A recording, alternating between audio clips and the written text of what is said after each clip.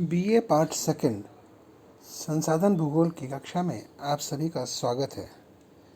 प्रिय छात्रों, पिछले लेक्चर के दौरान हमने संसाधन भूगोल की परिभाषा और उसकी प्रकृति के बारे में अध्ययन किया।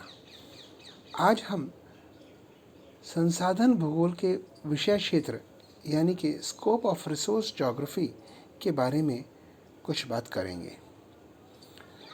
संसाधन भूगोल के विषय क्षेत्र के अंतर्गत मुख्यतः पृथ्वी तल के संसाधनों की विशेषताओं और उनके उत्पादन व उपयोग का अध्ययन आता है। संसाधन भूगोल के अध्ययन क्षेत्र में निम्नलिखित 3 भागों में रखा जा सकता है। पहला, प्राकृतिक संसाधनों की विशेषताओं का अध्ययन, उनका मूल्यांकन एवं मात्राकरण। दूसरा, मानवीय संसाधनों की विशेषताओं तथा वातावरण द्वारा निश्चित की गई सीमाओं या विकल्पों के अंदर मानवीय छांट जो संसाधन के उपयोग के निर्धारण में सहायक होती है का अध्ययन तथा संभावनाओं का अनुमान। तीसरा, संसाधन उपयोग एवं नियोजन तथा इनकी विधियां एवं तकनीकी अध्ययन।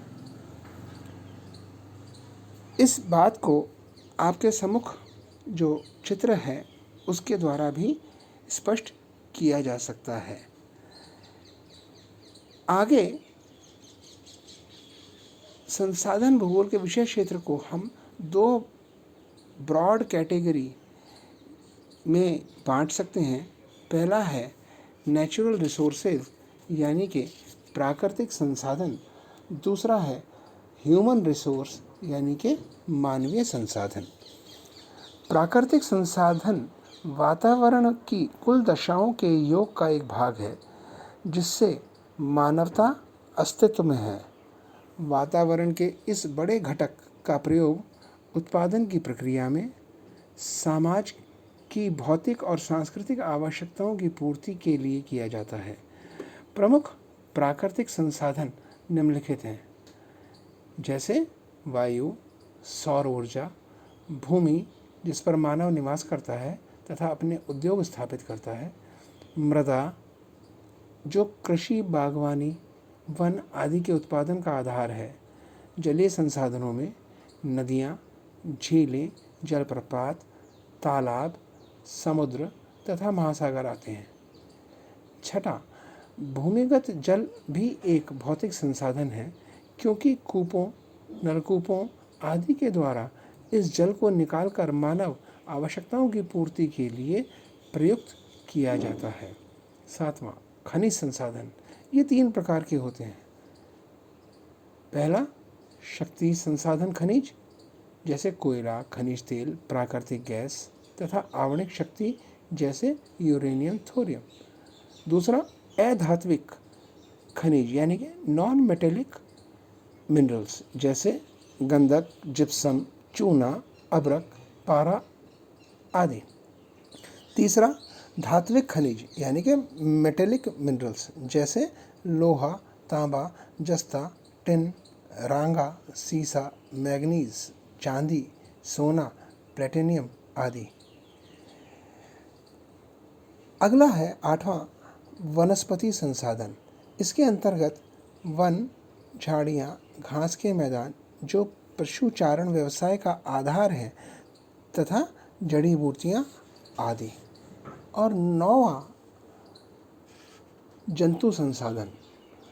विभिन्न प्रकार के दूध देने वाले पशु, मांस देने वाले पशु, भार ढोने वाले पशु, कृषि के काम में आने वाले पशु और सवारी के लिए पशु।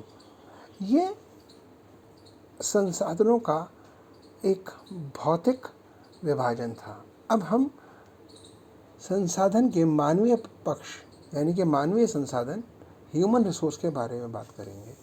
मानवीय संसाधन के 3 मुख्य पक्ष हैं। पहला, किसी प्रदेश की जनसंख्या, उस जनसंख्या की शारीरिक शक्ति, मानसिक क्षमता, स्वास्थ्य। दूसरा, जनता का सामाजिक संगठन जिसके द्वारा वह संसाधनों का उपयोग प्रभावित होता है। उदाहरणतः समाजवाद यानी कि सोशलिज्म, पूंजीवाद यानी कि कैपिटलिज्म, साम्राज्यवाद यानी कि इम्पीरियलिज्म, उपनिवेशवाद यानी कि कॉलोनिज्म, साम्यवाद कम्युनिज्म, जनतंत्र डेमोक्रेसी आदि विभिन्न प्रकार के सामाजिक राजनीतिक संगठन हैं। इनका प्रभाव प्रदेश के संसाधनों के प्रयोग पर तथा प्रादेशिक आर्थिक उन्नति के संगठन पर होता है। तीसरा, सांस्कृतिक यानी कि कल्चर। संस्कृति का प्रतिरूप भी एक संसाधन है।